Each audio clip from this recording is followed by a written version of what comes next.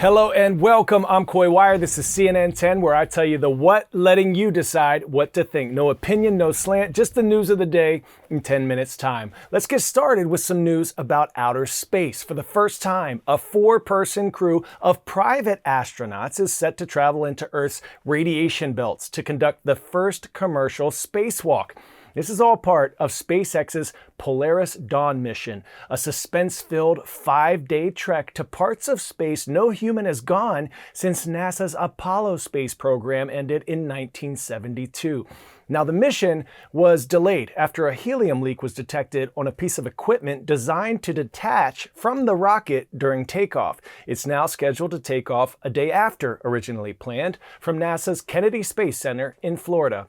After takeoff, the 4-person team is expected to travel into an oval-shaped orbit aboard the Crew Dragon spacecraft, high enough to plunge the vehicle and crew into the Van Allen radiation belts. The mission will also aim to reach the highest orbit around Earth for a crewed mission, hoping to surpass the 1966 record set by NASA's Gemini 11. Accomplishing this would make the 2 female crew members the first women to complete this journey. Almost immediately after launch, the crew will begin preparing for a high-risk spacewalk, making use of extravehicular activity, or EVA suits, that SpaceX developed in just 2.5 years. If successful, it would be the first spacewalk conducted by non-government astronauts. The Polaris Dawn mission is part of a series of SpaceX flights aiming to test new technologies that Elon Musk's company hopes will one day see humans live and work on other planets. It's one thing to fly to space. It's another thing to do a spacewalk. Until now, only NASA or government astronauts have dared to venture out into the vacuum of space. But that is all set to change with SpaceX's Polaris Dawn mission, funded in part by billionaire businessman and philanthropist Jared Isaacman, who first flew to space 3 years ago as commander of SpaceX's Inspiration 4, the first all-civilian mission to orbit. Jared, some people are going to see the headlines and say, oh, this is just another billionaire going on a joyride to space. But what you are doing is actually quite different. The connotation is often negative, but in reality, it's just people taking that resources that they're lucky enough to accumulate in life and try and do something positive with it for the benefit of everyone. SpaceX has these huge objectives, and to get there, there is so much that we need to go and solve. And so Polaris is all about accelerating the technology development. Technology like the first new American-made extravehicular activity suit, or EVA suit, in more than 40 years. NASA's been trying to get new ones for its astronauts for 2 decades. SpaceX developed this one in just 2.5 years. And now, the entire Polaris Dawn crew will be testing it in space for the first time. We are all really confident that, some iteration of it is going to be worn by somebody walking on Mars someday, and that just makes it even more of a privilege to be part of it.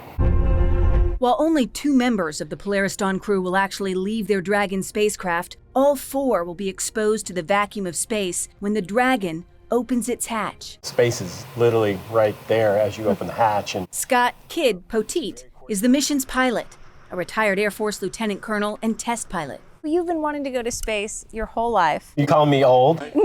I'm glad I have this crew. Mission specialist Sarah Gillis is SpaceX's lead astronaut trainer for all astronauts that fly on a Dragon. Final crew member is mission specialist and medical officer Anna Menon, also a SpaceX employee whose life is now in the hands of her coworkers. These are not just engineers, these are also my friends. So I know the people that are putting us on that rocket and supporting us from the ground, and I have just the utmost trust in every single one of them.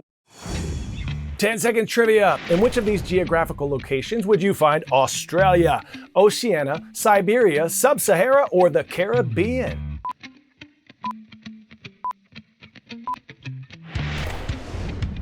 Oceania is your answer here. Considered by some countries as a continent, it's the collective name for the islands scattered throughout the Pacific.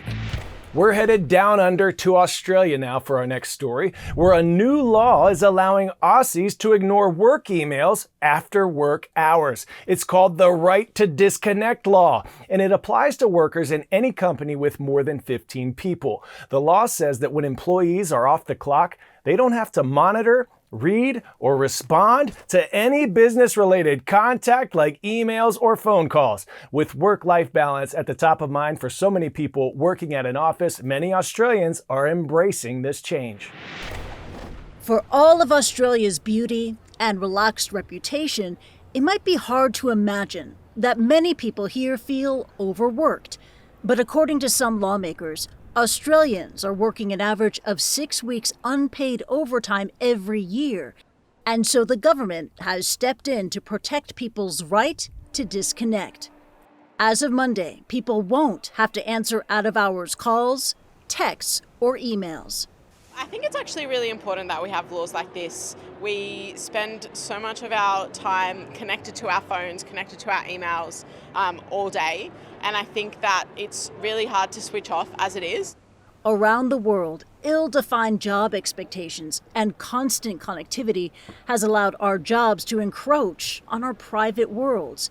The gray areas remain. There may be times the boss still requires an answer, but workers can now defend their right to disconnect in court if they want to. We are professionals, we're well paid, we're expected to deliver, and we feel we have to deliver 24 hours a day if we have to. So the phone's always on, the computer's always on, and we're working.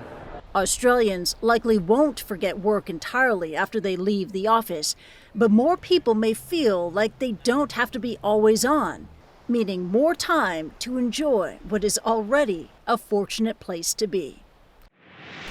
All right, today is the opening ceremony for the 2024 Paralympic Games, happening in Paris at the same venues we saw on display for the Olympic Games. The athletes, or Paralympians, are grouped together by how much an impairment, like impaired muscle power or vision impairment, can limit their activity in sport. Some 4,000 Paralympians will be aiming for gold, and ahead of these games, I sat down with Team USA's Oksana Masters, one of the most dominant Paralympians the world has ever seen. A 17-time Paralympic medalist, competing in both winter and summer games. She was born in Ukraine with her body damaged from radiation poisoning from the Chernobyl nuclear reactor incident. She was adopted, moved to the USA in 1997, and she's been an inspiration ever since. Have you ever had a perfect race? No, I've never had a perfect race. I think a lot of athletes are chasing that perfect race. And, it's not about the gold medal is what makes the perfect race. It's about the whole process where my first initial thought isn't, my gosh, I should have done this. This is what I did wrong. And all the feedback that I have to myself and criticism that I have to myself. So, yeah. How do you hope your journey and you have inspired others? I hope that if it's just one girl watching, she can look and she can just I can do this. I belong here. You have to see your dream and you have to see it to actually believe it in yourself. Love that. How has being an athlete changed your life? I think the biggest way it changed my life is that was the journey for me to love myself and accept myself and see my body as powerful and strong. It was not an overnight journey. Sports really taught me how it was okay to take my legs off in front of people and to still be powerful and feel powerful. So it was the journey of self-discovery and love.